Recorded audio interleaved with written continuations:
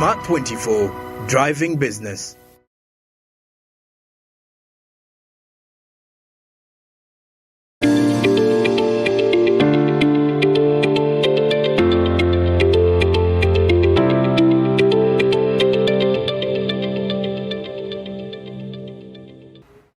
Hello ladies and gentlemen, a very warm welcome to the show. Thank you so much for watching Smart 24 TV, where we drive your business.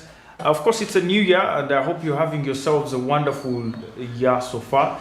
This is probably wherever you are, the third day of your 2023. And yes, we thank God for the blessing so far. And of course, I hope you're ready for the new year with your resolutions in as regards to your investment portfolio for the year 2023. And of course, we have highlighted what has happened in 2022. The good, the bad, and the worst has all been highlighted. So what's of course on the table is what you're going to do next in the year 2023. My name is Anthony, and this is Financial Markets, where we focus on the global, regional, as well as the domestic markets here in Uganda, from the bonds, of course, to the stock markets and different other segments in the financial markets, and giving you, of course, the latest information and news coming in from all over the world in as far as the markets are concerned. Remember to follow us on Twitter at Smart24TV, and you can follow me personally at Anthony Sebale on Twitter, and Smart24 at Smart24TV, channel 394 GOTV and 372 DSTV. And of course, you will definitely get the latest on all that market information. The show is brought to you by Altex. And if you don't know about Altex, this is a private stock exchange that's currently, of course, running an initiative called Zabu, in which now you can be able to buy or sell treasury bonds across East Africa. This is through your mobile phone. Now you can simply dial *292# and be able to access the bonds, either to buy or to sell. So either way, you are a beneficiary there at Altex East Africa. The markets open at 15 minutes past 8 a.m. and close at 15 minutes past 3 p.m. They have the best interests in the land, and if you want to get to benefit from some of those, simply dial *292# and you will definitely get there. Now, we are going to get into the markets here as per yesterday, but however, you have to take note that the markets haven't been opened for the last 3 weekdays, so we haven't realized actually the first day of 2023. So we did have trading on Saturday, of course, as usual, and the 1st, of course, of January fell on a Sunday, and so the second day of the year 2023 there was no trading all over the global markets, and this is all the way from the United States down to the East African markets. But what we're going to do is going to review, of course, the year 2023. Generally speaking, on the stock market indexes here in Africa, what has stood out for me, what companies have actually been able to create an impact on the exchange, what are some of those that have disappointed the investors. So we're going to be looking at that very briefly, but also looking at the US stocks here as per data from the US stocks as well. They did get to be opened yesterday. However, they are open right now. Today is going to be the first day of 2023. And of course, it's going to be 3rd of January. So this is the very first day of trading. And of course, it comes to the harsh reality that very many investors there on the US stock market have made losses in the year 2022. Year 2022 was marked by major losses, especially from the tech stocks.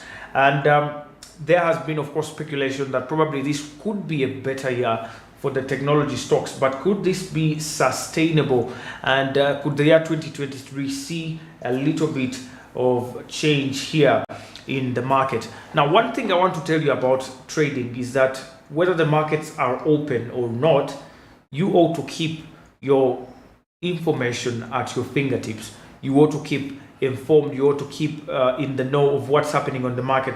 Otherwise, people elsewhere in the globe will actually outcompete with you. And so even on the days like these, when the markets are closed, try to see what's happening, because this is your portfolio, and remember, it's you who is going to make the losses in case actually they do happen. So make sure you're keeping, of course, in the know, and get to search out information. And one of the means, of course, to do that is watching Smart 24 TV. Now, when you look at the end of 2022, most of the tech stocks here on the US stock exchange ended with very huge losses. Investor sentiment is very low currently on the US stock market, and tech companies can produce in terms of top and bottom line results for this year, as most economists and investors are bracing for a very sluggish economic growth in the year 2023.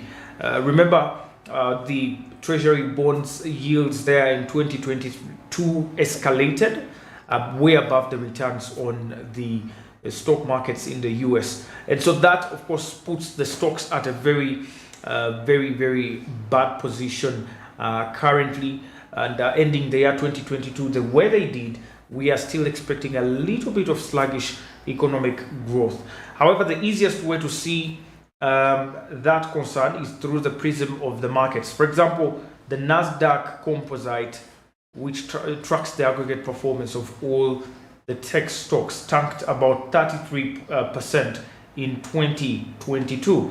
The former highly flying tech stocks such as the Snap as well as Tesla finished off the year with 80% and 65% respectively.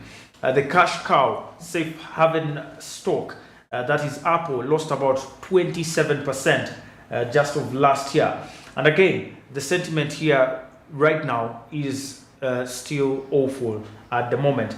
And it should be until these tech companies can prove themselves to be able to re-accelerate growth and turn more top-line revenue into bottom-line profit for investors, that we can actually a little bit have some hope, at least a ray of hope, that these tech stocks will actually do better in the year 2023. But that's, of course, RAB tech stocks will continue to suck and wind until, of course, the Federal Reserve signals a pivot in the interest rate policy.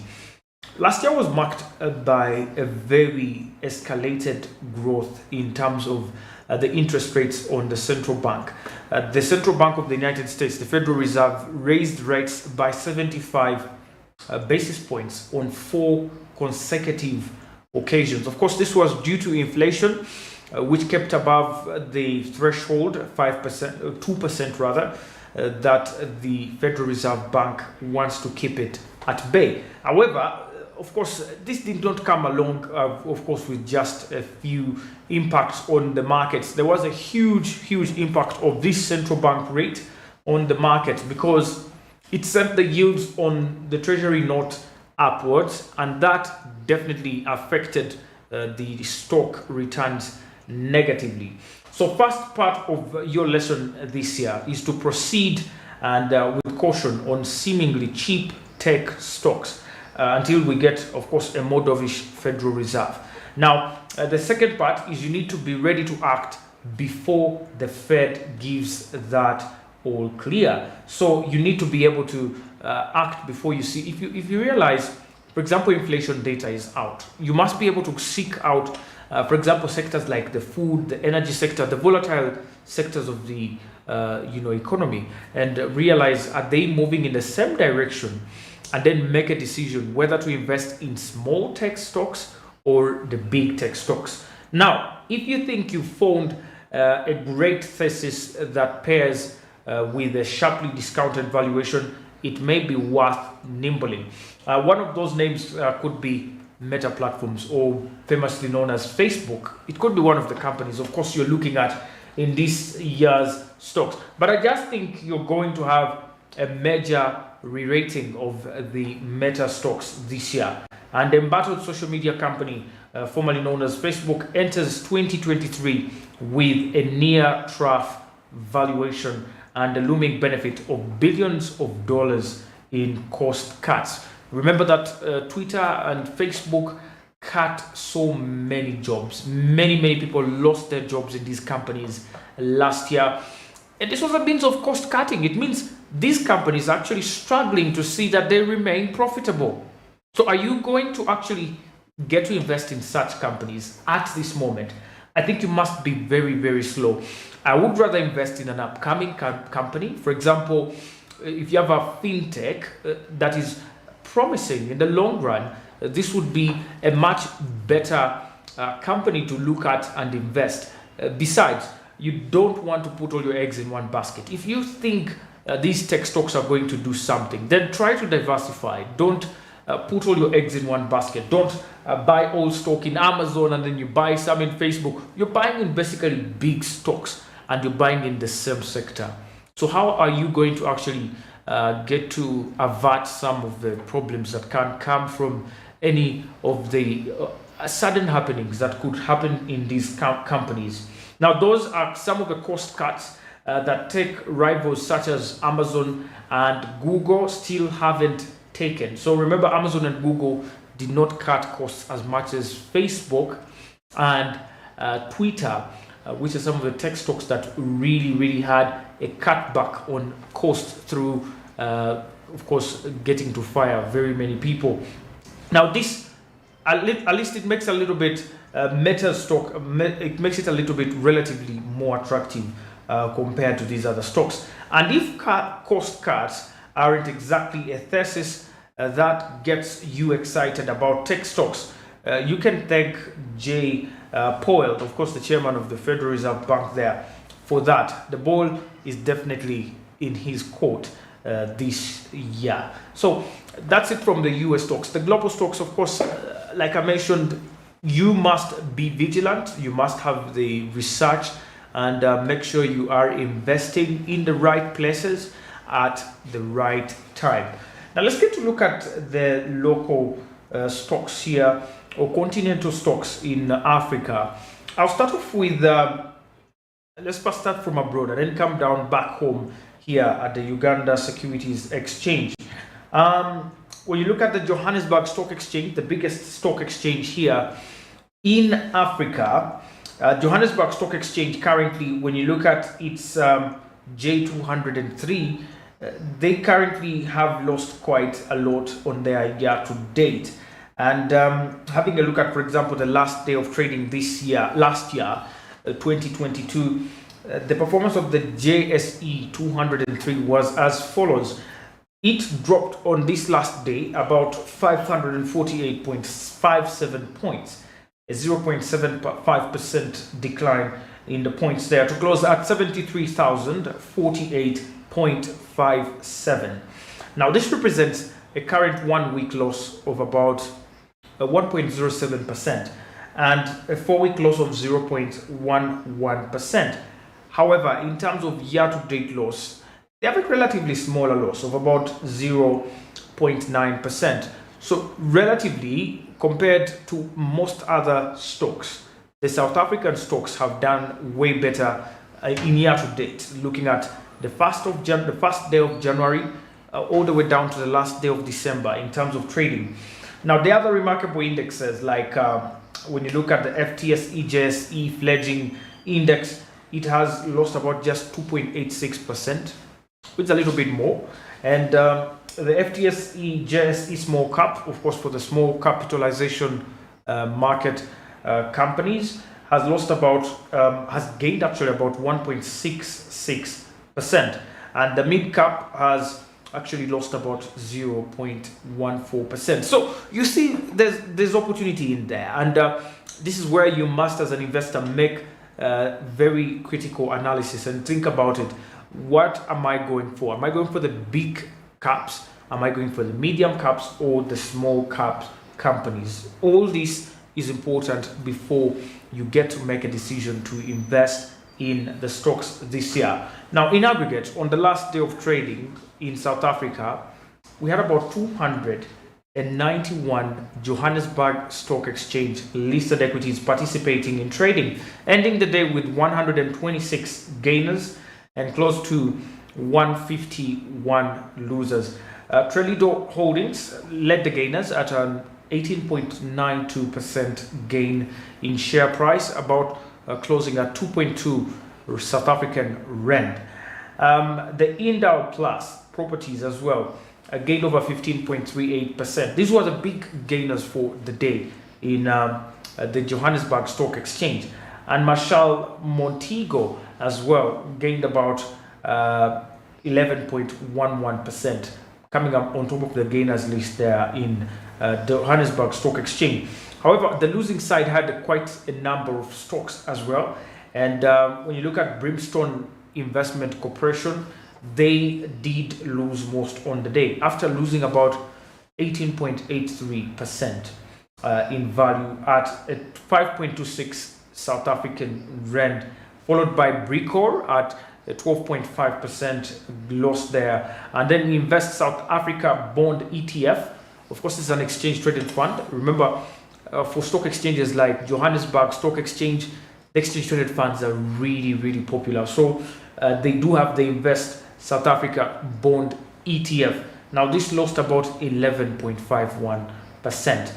And when you look at the top movers, Redefine Properties recorded the biggest volume, about 10.1 million traded shares, and Old Mutual about 4.27 million shares, whereas First Rand had about 4.08 million and Sanlam 3.28 million. You're seeing that insurance companies are moving the markets most.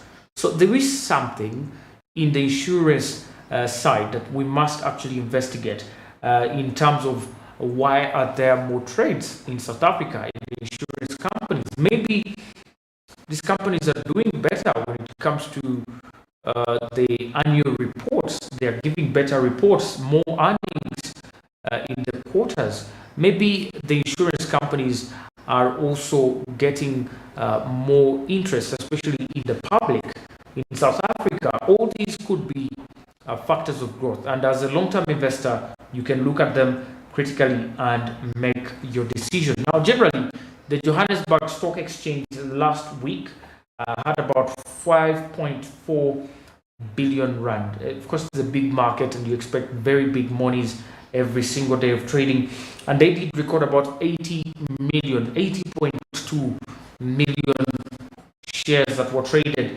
And the data also shows that given this data, we have a 24% decline in the volume and about a 44% decline in the turnover and 57% decline in the number of deals that were actually performed on the Johannesburg Stock Exchange. So there is also the current market capitalization at about 20.7 trillion rand in South African rand there on the Johannesburg Stock Exchange.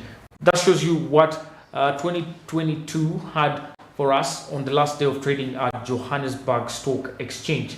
This is the principal stock exchange of South Africa and is the oldest exchange in Africa. Started in 1877, and of course with a lot of experience in trading and lots of diversified products. Of course, they don't like, of course, having one product like us here in Uganda, where we only have the stocks. They have, like you've seen, the exchange traded fund on the treasury bond. They have stocks that have, of course, derivative products as well.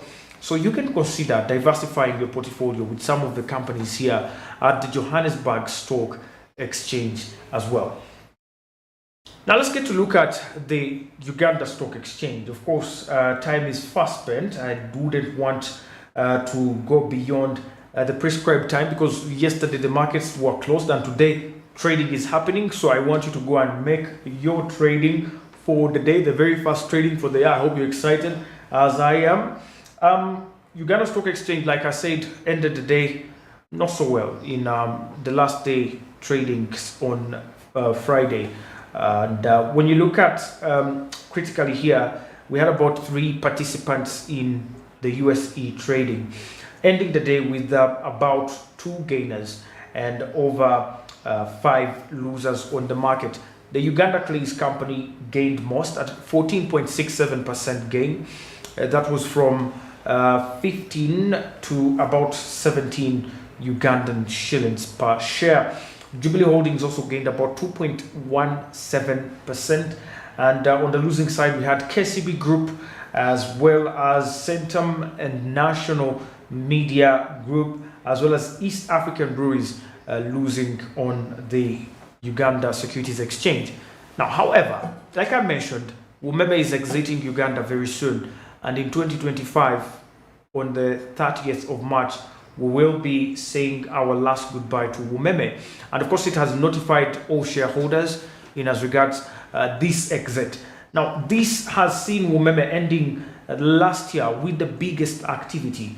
When you look at the last days of trading, they had about 1.47 million shares that were recorded. MTN following with over 22,001 shares, and the Uganda Clays Limited Company at 3,200 shares that were actually recorded. Now that shows you where the investment interests of Ugandans is going in the next couple of months. With Wumeme, with this kind of volume, we definitely expect more this year, because this will be like the second last year Wumeme is going to be appearing on the Uganda Stock Exchange. So definitely some gains there. The earlier you get in, the better you will earn or reap from this company. So if you're out there and you want to buy some Wumeme stocks, hit up the Uganda Stock Exchange and get to yourself to buy some of these stocks before it's too late for you. Now, the all share index ended the last day of trading with 1,212 points, with an overall year-to-date loss of over 14.65%. The USE local company index as well, on the other hand, increased about 0.03%. Thank God for Uganda Clays, which contributed to this particular gain. Now, that's of course a brief summary of what we did see in the last days of trading. Like I mentioned yesterday, the markets were closed. They are open today. Make those resolutions. Get to diversify your portfolio. Think about the unit trust very critically this year. I think it's one of the investments that has done best in 2022. Remember, we began with over 1.6 trillion, which was the biggest improvement from 900 billion to 1.6 trillion in the first quarter of 2022. That growth has been steady from the first quarter, second quarter, third quarter, all the way to the fourth quarter of 2022. The unit trust has not disappointed. So I think it would be one strategy if every Ugandan at least invested in the unit trust. It's a way of saving money. You don't have to keep money in your wallet. You don't have to keep money on your mobile money. If you're not needing that money in the short term, please invest in the unit trust. They are fund managers licensed by the Capital Markets Authorities. These are professionals that are going to handle your money. They're going to invest it in bonds. They're going to invest it in the stock markets. Of course, with a well-balanced portfolio, they will do all that for you. The homework is all for the fund manager. All you have to do is to invest. And the best part of this unit trust is that whenever you need the money, you can always withdraw it. That's the beauty. Thank you so much for watching. Of course, there was no data yesterday, so we are not going to look into the tradings of yesterday because the trading did not happen. But today, the markets are open and you can be able to buy or sell today and start the year with a fresh investment portfolio.